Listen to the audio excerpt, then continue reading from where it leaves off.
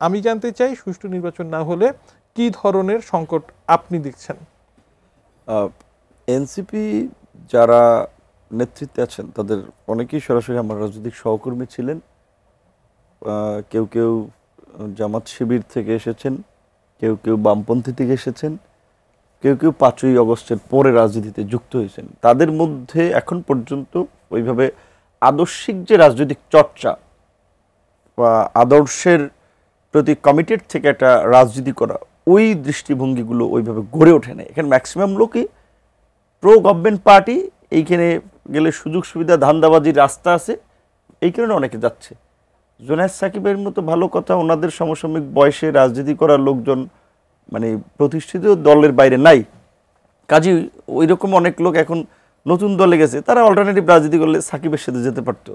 আবার ধরেন আমরা যখন রাজনীতি করছি আমাদের সাথে অনেকে যেতে পারতো। আমরা দেখেছি অনেকে বাহাবা দিয়েছে ফেসবুকে, চালিয়ে যান ভাই, এগিয়ে যান ভাই, আসি ভাই, দোয়া রইল ভাই। রাজপথে আর তারা নাই, কারণ হচ্ছে রাজপথে ওই ছাত্রলীগের প্যাদানি, দৌড়ানি, পুলিশের লাঠিচার্জ খেয়ে ওই রকমের রাজনীতি করা বীর বাহাদুর পুরুষ যতই আমরা স্লোগান দেই বাঙালি বীরের জাতি, এত বীরের জাতি না, ওগুলো আমাদের দেখায়, ওগুলো রাজনৈতিক লেন্স থেকে দেখতে যাচ্ছেন।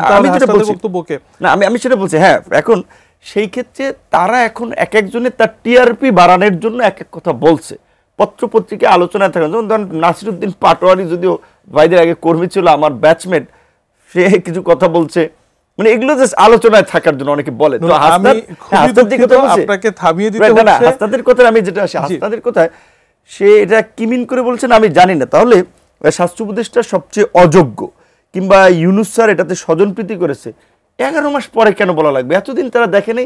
তারা তো প্রত্যেক উপদেষ্টা নারী নক্ষত্র জাজদের ভাই বানায় বায়োডাটা দেখে তাদের কাছে সব ছিল, এতদিন পরে কেন বলা যায়? কিংবা ধরেন আমাদের নাহিদ ইসলাম গণ অভ্যুত্থানের আইকনিক ফিগারের কোনো সন্দেহ নাই, তার একটা লিডারশিপ ছিল, মানুষ এনকারেজ হয়েছে, এটা কোনো অস্বীকার করার ওয়ে নেই।